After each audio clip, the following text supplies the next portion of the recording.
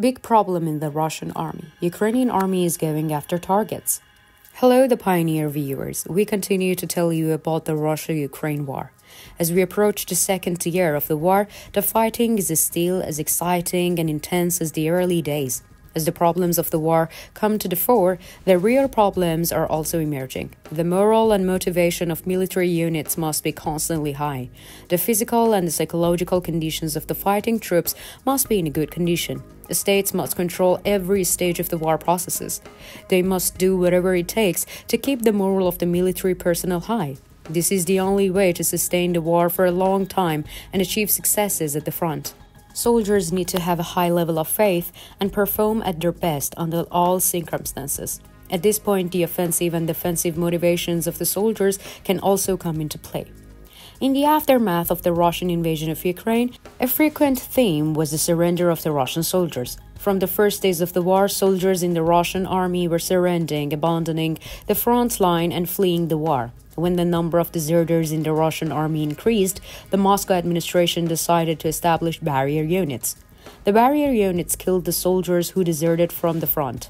Even though desertions decreased to some extent, the problems within the army did not end. Growing problems are preventing the Russian army from achieving its goals. The Russian army's motivation for occupation is highly problematic. Russian soldiers are not happy to take part in a war that does not belong to them. The Ukrainian army, on the other hand, is fighting to protect their territory, their homeland. The news that has emerged in the past few days has made this situation clear. The surrendered soldiers in the Russian army and the soldiers who quit the war surprised everyone. In addition, the attacks of the Ukrainian army left the Russian troops in panic. Now, if you are ready, let's analyze the latest developments together. As the Pioneer, we continue to report on the Russia-Ukraine war. Don't forget to subscribe to our channel and turn on notifications so that you don't miss our daily map reports and reports on the agenda. I also read all your comments on our videos. Please continue to share your ideas about our content in the comments with us. Tell us in the comments what content you would like to see on the Pioneer's channel. Let's start if you are ready. The Pioneer reports.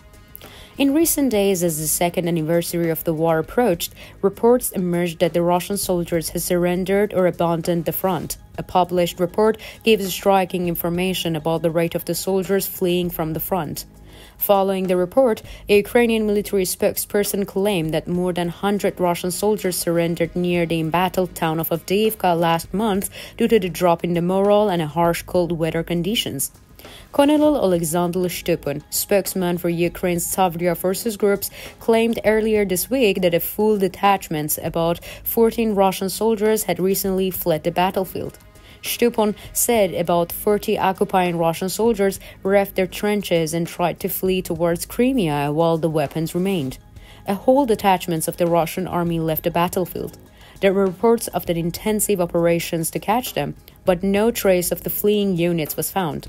Reports of the demoralized Russian soldiers surrendering were common throughout the war, but the war continues. Soldiers who desert their units and cannot hold on pose a great danger to Russia. Moscow's army is increasingly feeling the strain from heavy losses on a conflict that has lasted much longer than initially anticipated. At a recent press conference in Estonia, Ukrainian President Volodymyr Zelensky ruled out a ceasefire with Russia, saying that Kiev would not consider ending the war without victory or even a pause in hostilities. There is no other option for Ukraine but to achieve victory, he said. Another major problem for the Russian army stems from the factions within the army. A Chechen soldier fighting for the Russia in Ukraine complained in a recent online video that half of his brigade refused to fight. Chechnya is a federal republic of Russia, and a Chechen leader, Ramzan Kadyrov, has been an ally of the Russian President Vladimir Putin for years. In May 2023, Kadyrov said that he sent more than 26,000 troops to fight in Ukraine and promised to send thousands more in November. The soldiers' statements were quite surprising. According to the soldiers are afraid to go out. He said that the Chechen soldiers refuse to fight and that half of the brigade will not go to war. We can see from the reports that Chechen refuse to fight and do nothing. The Russian army needs to tackle and improve its internal problems. If discipline within the military units is not fully restored, a difficult process will begin. At this point, what can be done becomes more and more limited. Even this small hopelessness spreading among the soldiers is a reason enough to lose the war. On the Ukrainian front, new developments are taking place. Thanks to the new support packages planned to be sent to the Ukrainian army is gaining strength. The commander-in-chief of Ukraine, General Valery Zaluzhny, recently released an attack video of the high-mobility artillery rocket systems, or HIMARS. HIMARS is a United States-made missile launcher mounted on a 5-ton truck and capable of firing guided missiles in a rapid succession. The missiles launcher has been in service within the Ukrainian army since June 2022.